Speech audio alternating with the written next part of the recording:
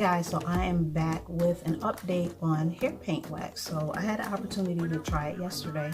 So you may have saw my previous video of me actually applying this to my hair, which was a process, but I'm back with my review on it and my thoughts about it. And so I'm just going to start off with the positives. So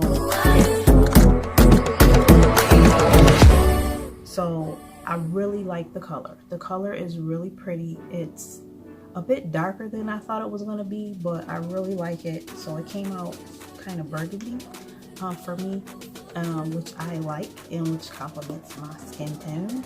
So I really like this. I love the color. My hair came out pretty good too, and this was a quick process.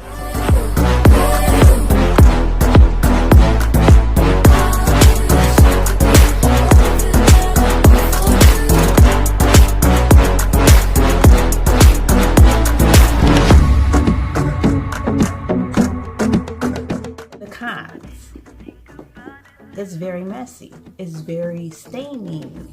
Not on like you can wash it off. Like you can fully wash it off like any of your hair tools and things like that. But my problem is it's just a lot of washing off, and it's you get a lot of transfer at night. So I wrap my head in 2 headscarves.